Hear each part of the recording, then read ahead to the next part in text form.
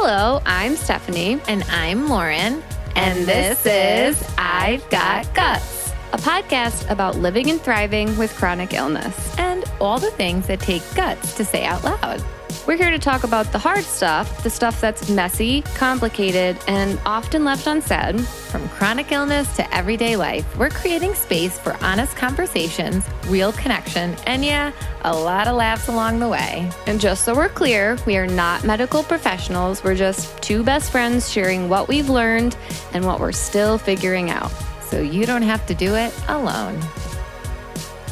Hello, everyone. And welcome back. Happy Monday. Happy March. Happy March. It's like spring is coming. Spring is coming. Well, I mean, I know it was warm on Friday. It was like 40. They say Saturday it's going to be 70 something. Oh boy.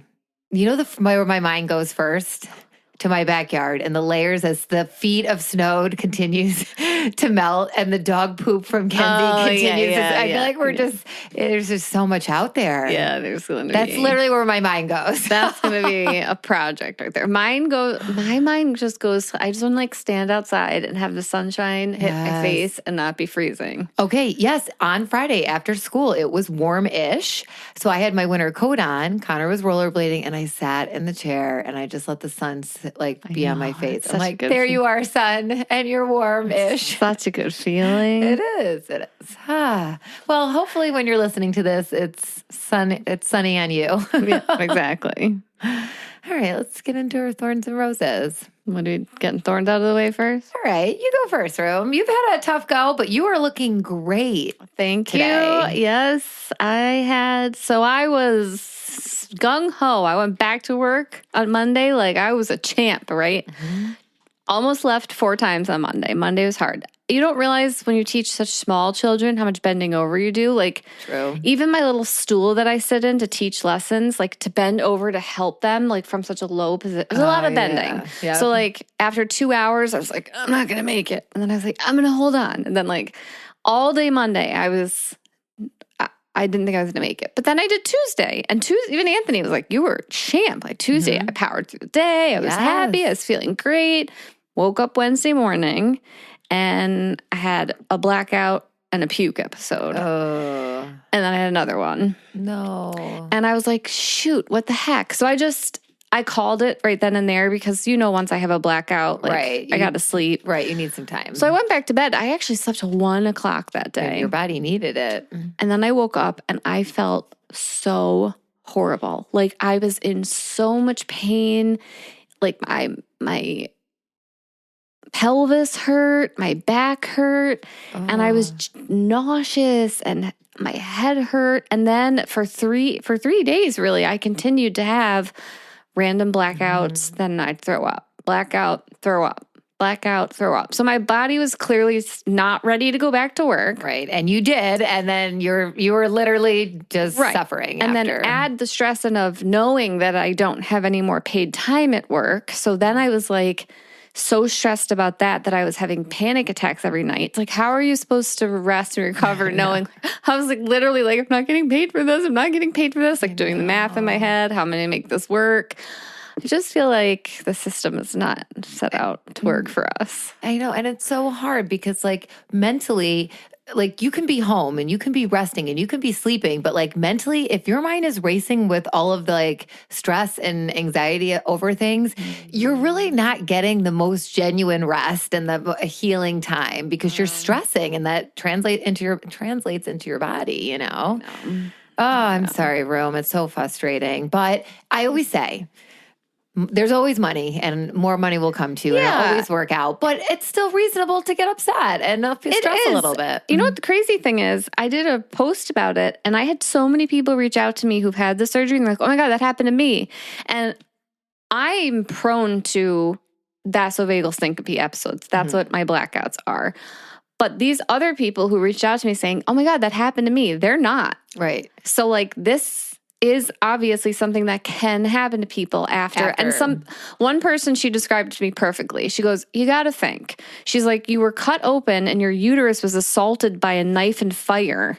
She's like, what do you think is happening inside of you? I was like, that's true. A knife and fire. You just phrased it perfectly. You're right. She really did. She's like, don't be hard on yourself. Like, your uterus was assaulted. I'm like, you know what? I like that. There you go. That's true. And you just needed a little bit of extra time. Yeah. Extra time. Most people take 3 to 4 weeks. And I was trying to go back to work after 2. I mean, we should have known I wasn't going to be one of the normal ones. I know, right? But hey, at least you got one good day in last week. Tuesday was a good one. Tuesday was a good day. Yeah. Hopefully now I can get 5 really good days. Here we go. Here's to 5 amazing days. Well, you just seem so much better. Like you seem lighter, you seem brighter, you seem just different. Yeah. I feel much better. Yay, room. We're on the other side of this. I feel it. Whew.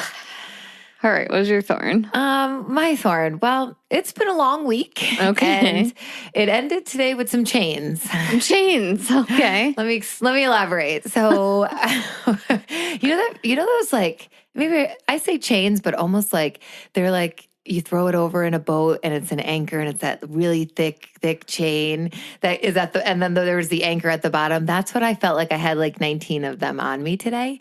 And that's because it's time for my B12 injection. So if you have B12 issues or just in general, low B12, it can get so bad where it feels like that and it almost can paralyze you. Yeah. So it hit me. I'm like, oh, today's March 1st. I'm supposed to always do it on the 30th of every month. But there is no 30 days in February. So a little off here. And just, kind of had a busy week. So Sean gave me my injection about 2 hours ago.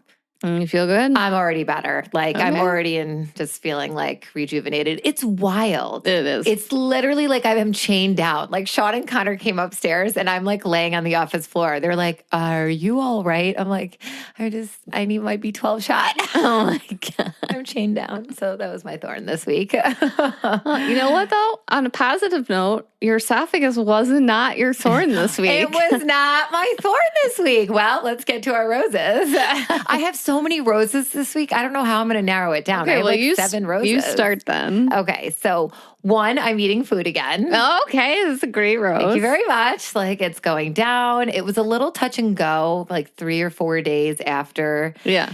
But now I'm eating solid food and I just got to take it slow, but I'm doing it. I'm even eating chip snacks again. Nice. So that feels really, really, really good. And during this week, my cousins, Erin and Claire, dropped off this amazing Recess Mood, which I've talked about, the drink. Yeah. Tried it, delish, and these amazing cupcakes. I ate a whole cupcake, and they dropped off mac and cheese, and I ate gluten-free mac and cheese. Look at you! So yeah. So they're amazing, and they just like drop it off on my doorstep because they know I've got a lot going on. I'm like, is that not the most thoughtful thing ever? Yeah. I do have to say the Recess drink, it did like relax me a little bit, but didn't make you sleep. I don't feel like it was like I'm going to go to bed, but definitely a bit relaxing. Have you tried it yet? No. I should have brought it. You will love it. It's like fizzy soda sweetness. Like you're going to love it. Sure. No stevia or sucralose. No, that's the whole thing on it. It says all natural or whatever. Okay. Oh, I'm so mad I didn't bring it over. We could have done a taste test.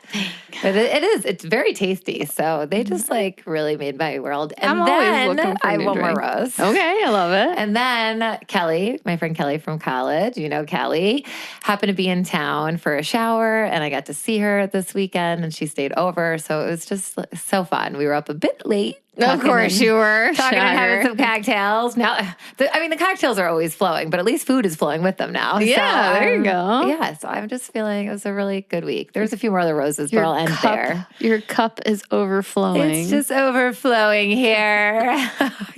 All right, Rome, what about your rose?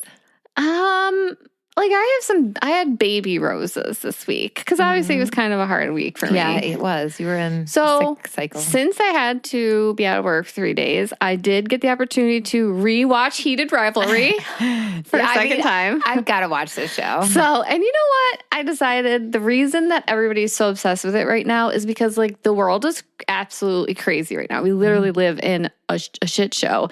And this is just like such a happy love story. It reminds me of how we felt when like Twilight came out. Oh, and we were like, oh that feeling. God. Oh like, my gosh! When I watched the show last week and then rewatched it this past week, I never want to rewatch anything. Yeah, actually, and then I watched it a third time with Anthony. Oh my gosh! Stop it right now! Did Anthony like it? At first, he was like, "What am I watching? This is insane!" Like he couldn't get over some of the parts of it, but towards the end, when like you see things start to really happen, he was like rooting for the love story. You know what I mean? Yeah. Like, we just need a good love story in the world right now. That's why everyone's obsessed with it. All right, I have to watch it. And I just watch it with Sean because I really don't do shows. Yes, but you have to warn him. Okay, I'll warn him. I'll tell you after what you have to warn him about. But okay.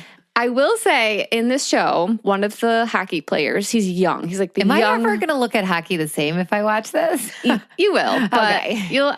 Yes. Okay. But this one kid, he's like the youngest kid ever drafted to their version of like the NHL. It's called the MHL. Okay.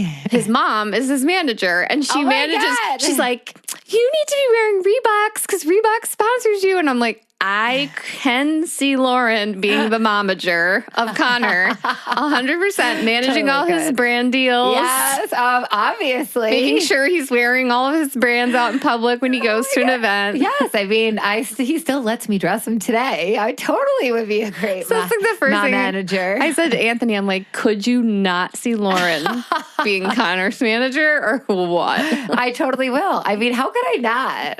I love him too much. Yeah. And then my other little baby Rose was we celebrated Anthony's actual birthday. And we celebrated on Monday. His birthday is on Tuesday. And then last night we went out to dinner for it. So we had a nice little week-long birthday celebration. I love it. Happy birthday, Anthony. Yeah. To our producer.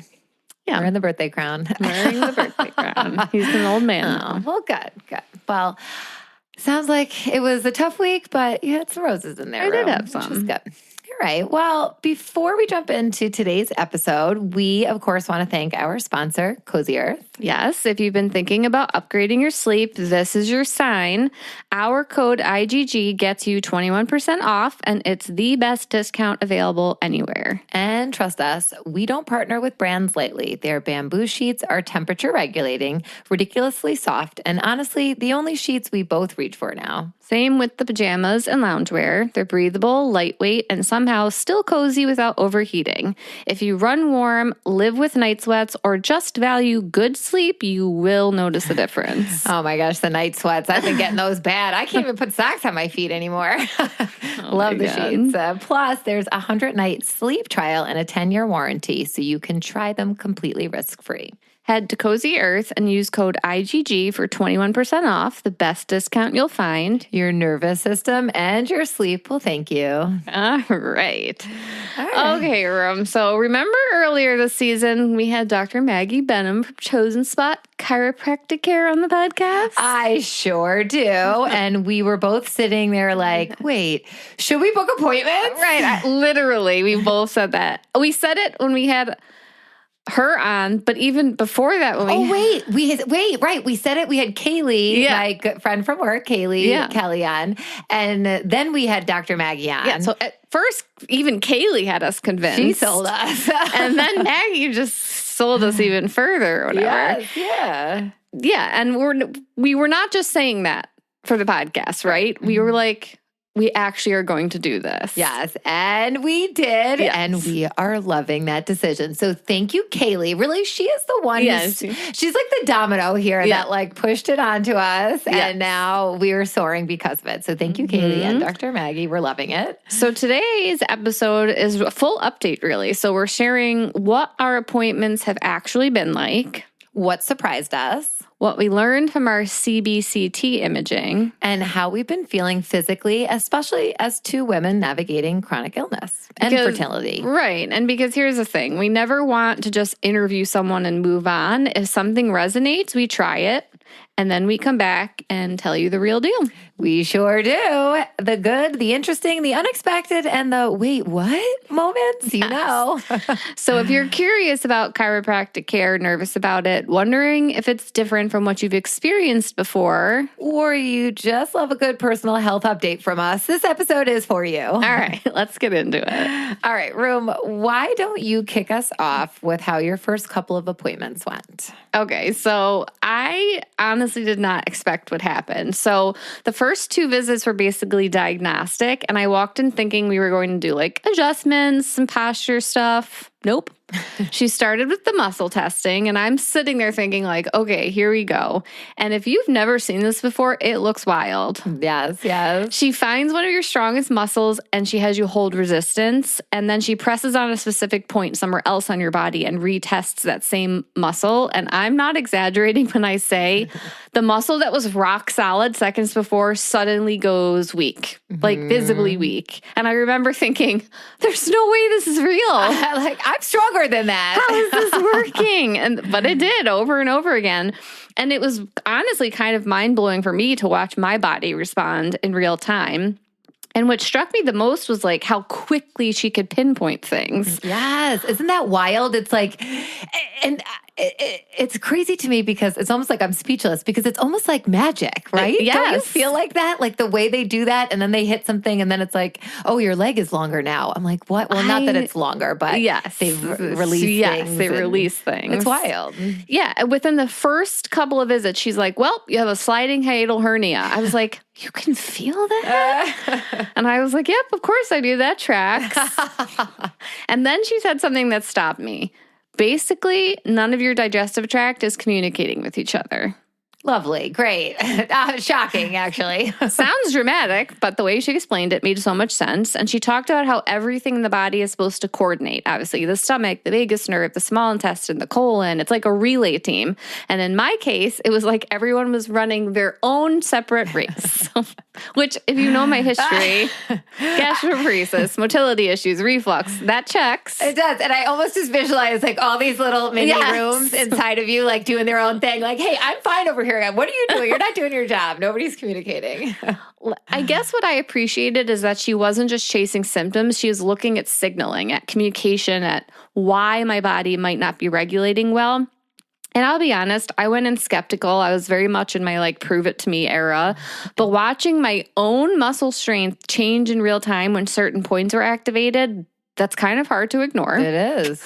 And it made me realize my body wasn't broken. It was dysregulated. And that shift alone felt huge. And the craziest thing, you'll remember this, after I left my first appointment, I remember calling Anthony and I was like, oh, yes. Oh my God, I'm starving. I haven't felt, I don't feel hunger. Yeah, neither do I. That's a part of, I guess I actually have never talked about that on the podcast. We both have. Well, maybe you have. Maybe I might have. I don't feel hunger anymore. I eat because I know that I have to. Mm. I was starving. I was like, I haven't felt this feeling in like 5 years. What is this? Hunger, there you are. I went and ate a burger and fries, like chowed. Oh, so yummy. And then I left and I was like, not only did I feel hunger, but I feel things moving inside of me that I haven't felt in 5 years. And I was like, every sensation, I was like, people must have seen the looks on my face and been like, what is this girl going through right now? What is happening here? I felt things moving in there. Oh, that's so wild. That is so wild. Yeah, but I don't feel hungry either. I just know it's time to eat because I get really nauseous. Yeah. And when I told my doctor that, she was like, oh my God, that's huge. That means we already have your body communicating. Yes. Oh my gosh, Rome. I feel like your first couple appointments were really, I was a little jealous. I know, you were a little jealous. I'm just a little bit jealous. All right, we ready for my first appointment? Yeah, okay, go for it. We went. I feel like you're with me, but you're not. I was alone, but I don't know why I'm saying with you. I went, and the first appointment, same thing. I was totally just shocked by the whole muscle testing. she was doing all these different things, and I just felt like, wow, this is a lot. And that table is really skinny. It is skinny. Every time I get on, I feel like I just have me and the table. I'm like, how do people really fit on this? Like, I feel like I was going to fall off. But anyway, what I love about it there is they're just very welcoming. They're very welcoming. It's very comforting. I feel like I walked in, and just from the people at the desk to just the vibe there, it's just so clean and organized, and just, I love the vibe. So the vibe was great. I see Dr. Kelly. You saw Dr. Gracie. Dr. Gracie. So we both have a little bit of a different perspective. And I feel like when I'm a little bit more of a puzzle. And I think at the first a couple of appointments, was doing different things. Like I have my neck and my shoulder issue and all the swelling and the tightness there and the migraines. And then I have the swallowing, right? And then, so not a lot of times. I think like one time she's like, oh, we're going to work on C1. And then another time she's like, we're going to work. Then it showed up different. Like my body was very kind of confusing. So I did not feel the best after the first couple, which I've learned is very normal. And what I love is like, I'm not feeling too good. And I messaged and they responded back with a great email, just like reassuring me that like, this is part of the process. Like you are literally like you said, waking up your body and having things communicate again. And it's normal to maybe have some fluctuation in how you're feeling. I remember after you had your first few appointments, we talked about how, like, if you think about it, when they release some of those trigger points, it's almost like releasing toxins inside of you that have been balled up for so long. And what is the clicker called that they use? I forget what it's called. It's called an activation. Oh, an activator maybe is it called? Something like that. You're really getting the real update when we don't know any of the names of things here. Kaylee described it perfectly. It looks like a syringe. It does. Exactly like a syringe. They put it in a spot and you hear a click, but you don't really feel anything. Yeah, you don't. And that's what I think I enjoy the most. I feel very safe and relaxed when she's clicking because I know, and she's also sometimes will just press with her fingers, won't even use the activator. And it's funny, my brother, we were on the phone and I'm like, oh, I gotta go. I just got to the chiropractor. And he's like, oh, we hung up and then he texted me. He's like, he got kind of messed up from his chiropractor. Oh, yeah. But his chiropractor does not do the applied kinesiology. Is that kinesiology? Are we saying it right? Kinesiology. There you go. And I'm like, no, Kev, I'm not going to go get in. They're not injuring us here. This is a different type of vibe at this place. I think we didn't say that up front. If you didn't listen to the previous episodes, this isn't a normal chiropractor. It's a chiropractor who specializes in applied kinesiology. Yes. Big difference. Yes. So I'm like, she's just coming at me with a little activator and some other things. And you know what I love the most is that Dr. Maggie, who we interviewed, who's on maternity leave, she's out right now. She came in and saw both of us. She did. And that was so amazing. And that appointment was life-changing for me. Yeah. I feel like she uncovered some things that we haven't uncovered yet. And did she do it to you where she did some pressure thing in my jaw? Yeah. Like she put on a finger glove and she goes, this is taking a turn. Yeah, she hit some pressure points in my jaw. Yes, me too. And ever since then, I just feel like, I don't know, something feels different in the old jaw. So, I loved having her perspective too, right? From like, just a different perspective from the doctors that we're currently seeing, which I thought was pretty cool. And I don't know. I feel like it has been really great.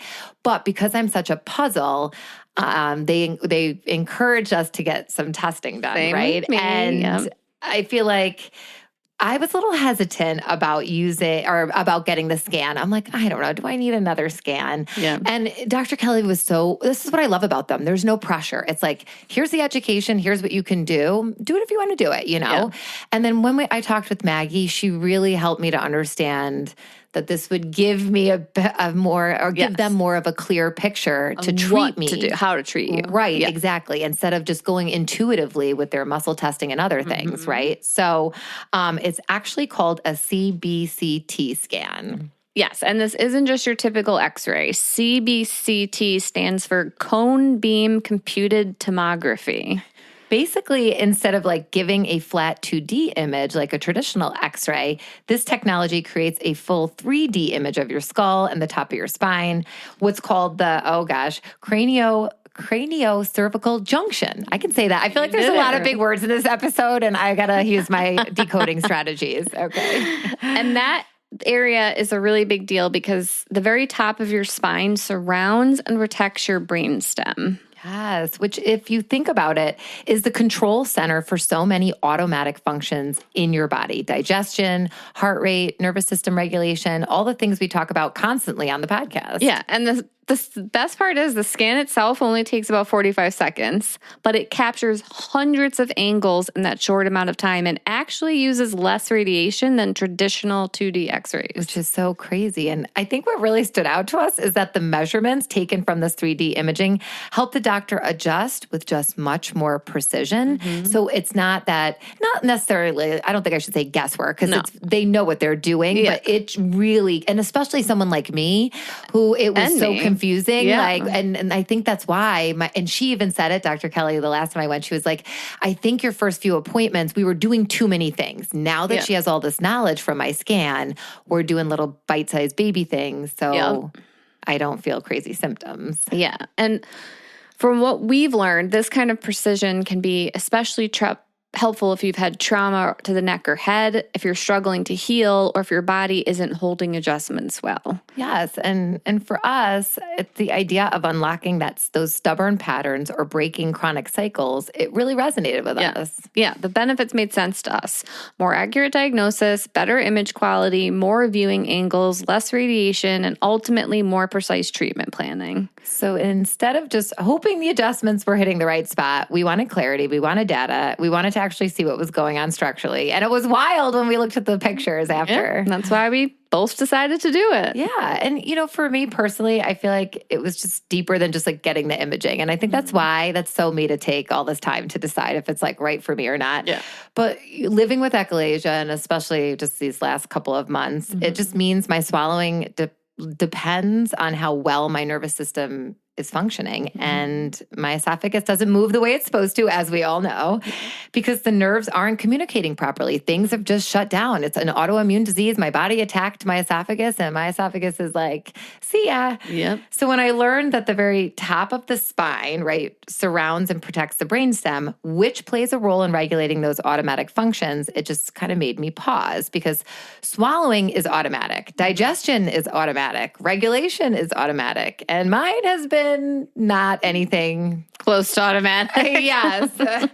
There have been seasons where I've been desperate, so desperate to ease my swallowing, to soften that tightness in my throat, to help my body feel safer, just to calm the noise in my nervous system. And I feel like it's a very noisy and party-like going on in there in certain areas, not all. So for me, choosing to do the scan was about getting answers, and I'm all about getting answers. You know that. Yeah. And if there was even like a small chance that improving alignment at the top of my spine could help my nervous system communicate better, help me swallow better, I wanted to know that, not from like fear of what's going on, but more from empowerment. And that's why I said yes. Yeah. Hearing you explain why this mattered makes so much sense. And I think that's important for our listeners too. This wasn't about fix me. It was about let's understand what's happening. Yes. So what did your imaging actually show? Like, what did you learn from your CBCT results? Oh my gosh. Okay. This is when the big words come up, because I'll help you as much as I can. As much as you can. Okay. So it showed a lot.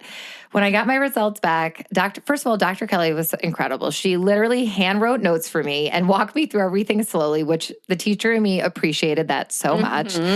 And this was really important. The first thing she went over, there were no like acute fractures or dislocations. Thankfully, nothing like scary, nothing emergent. And that felt very grounding to me and very peaceful.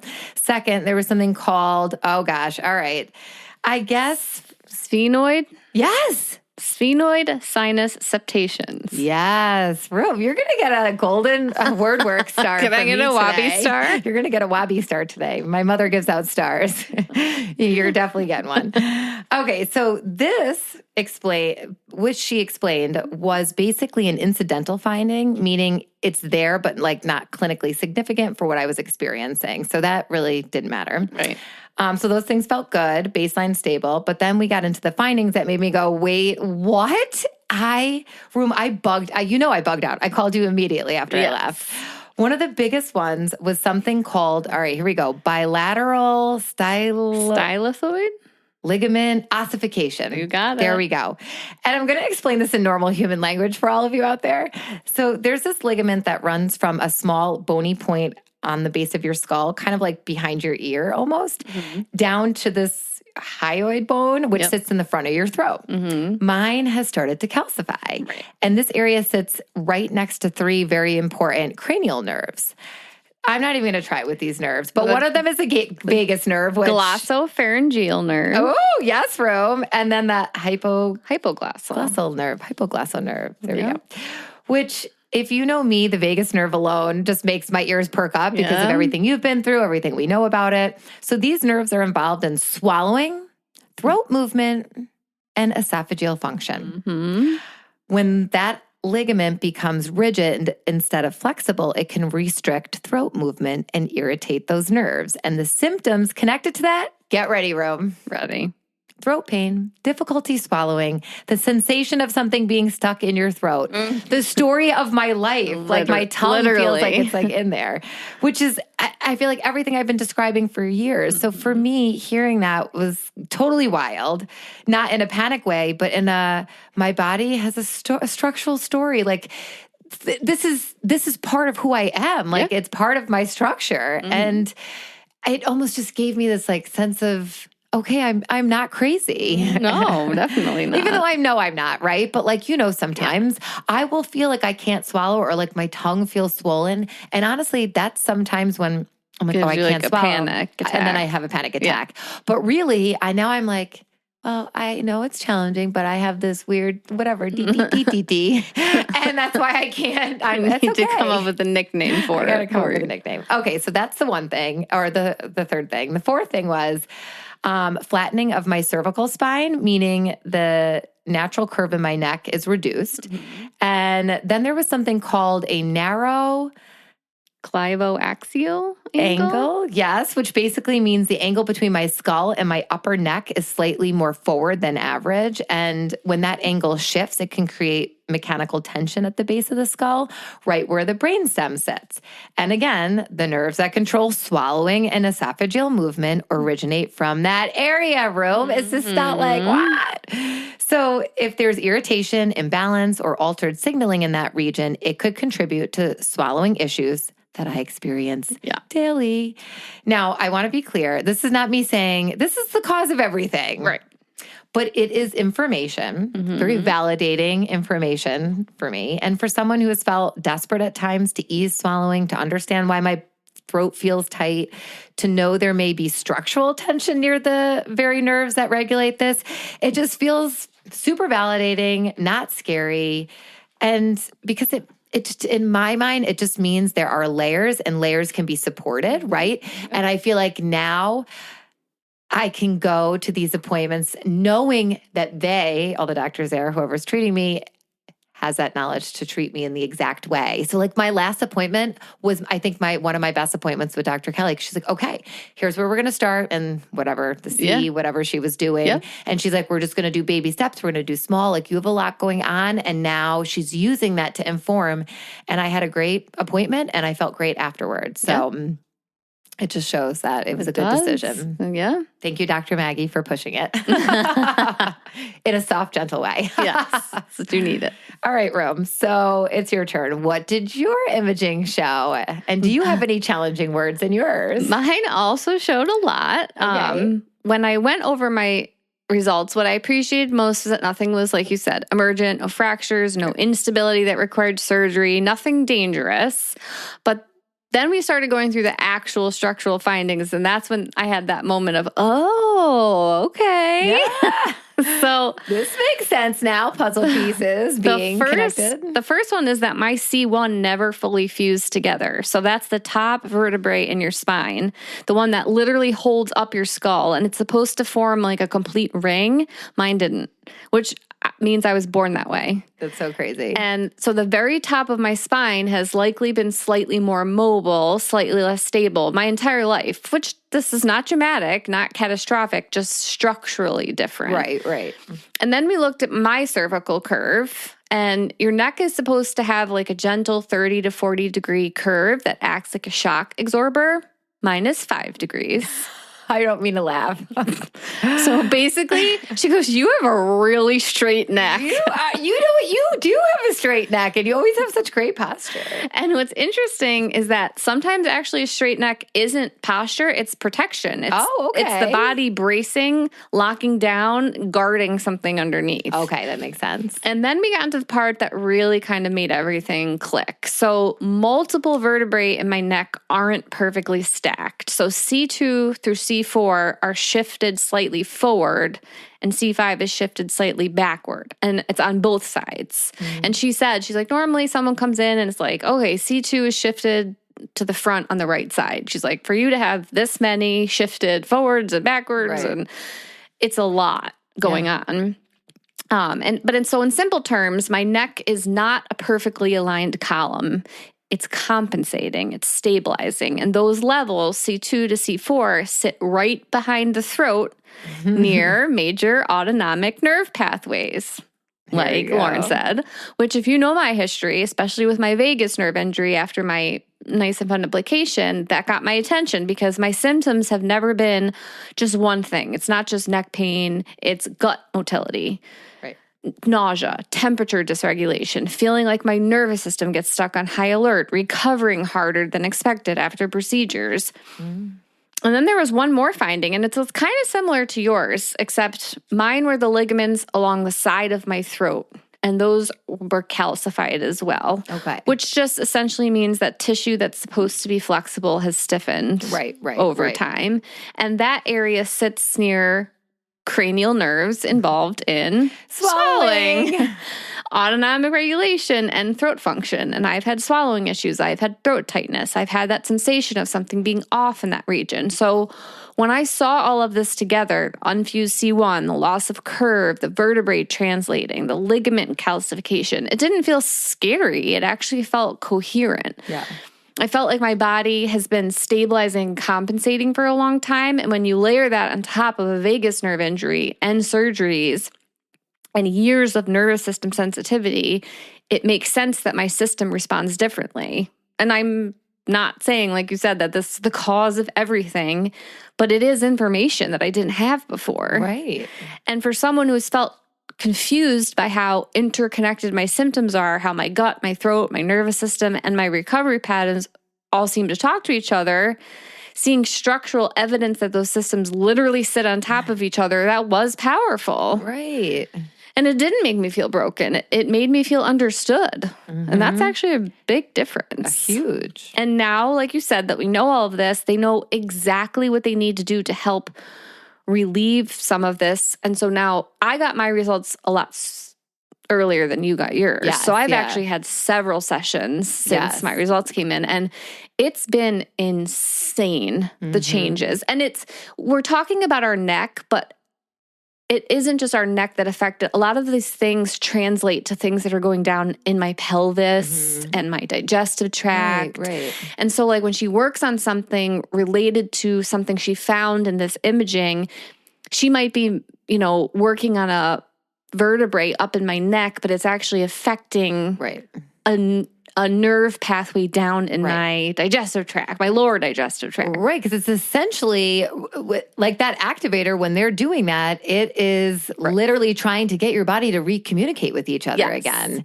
and find that harmony within, that alignment within. That's what they're looking to do. And it's not like they're like, oh, we're going to solve your problem. We're going to fix this. It's like, we're just going to get everybody talking again. Right. And I have felt that difference. I have since continued to feel hungry, not all the time, but I have moments of hunger, which compared to 5 years of never feeling hunger, to have moments of hunger, I think it's a big deal. Yeah. I feel when I'm not in my luteal cycle, because that's like constipation is imminent for most people in that phase of your cycle because you're producing so much progesterone. But in the other phases of my cycle, I'm going to the bathroom normally. That's so amazing, Rome. Which is crazy. Okay, wait. So that just made me think of, what is this valve that they press on? Ileocecal valve. Okay, that is a life-changing valve for when you were having constipation or just yeah. And she taught me how to do it myself. Yeah, same. I just feel like I can't seem to get it right. And you know what's crazy too is she was able to pinpoint exactly what part of my vagus nerve was damaged and what I can do to stimulate my vagus nerve, because there are like 800 different ways to stimulate your vagus nerve. My way is I have to lay flat, flex my feet up and back, and hum for 5 minutes. Okay, so you had some homework. That was like your homework. My homework was my right and left side of my body was I don't even know. I'm crisscrossed or something, or I'm not crossed. I don't know. Something was not crossing. So she had me doing like where you take your right hand and you cross it over that center line in your body to your left knee. And I have to do that 30 times. So guess where I'm doing it? Where? In my classroom. I'm like, friends, everyone, we're taking a brain break and we're going to activate. This is your brain break? This is my brain break. I need to do it anyways for my homework. So I'm having my class do it. So we do it and we count to 30. We do 30. And then I'm like, oh, all right, let's count by twos. And then I'm making it a math lesson. So now we're doing this cross situation. Because I was educating my class too. I'm like, we're going to get both sides of your brain firing and working and talking together. And they're like, really? I'm like, yes. Now count with me. 1, 2. This is hysterical. And they love it. So I had that homework. I also had the homework of like rubbing my legs. Okay, wait, this is the best part. Rubbing my legs in the night. And then it's a requirement. I have to get a foot rub every night from my husband or whoever's willing to rub my feet. And she said, Dr. Maggie said, I forget exactly why she said. She's probably going to listen to this episode and be like, oh my gosh, wait, we should have had her here to chime in with us. Yeah.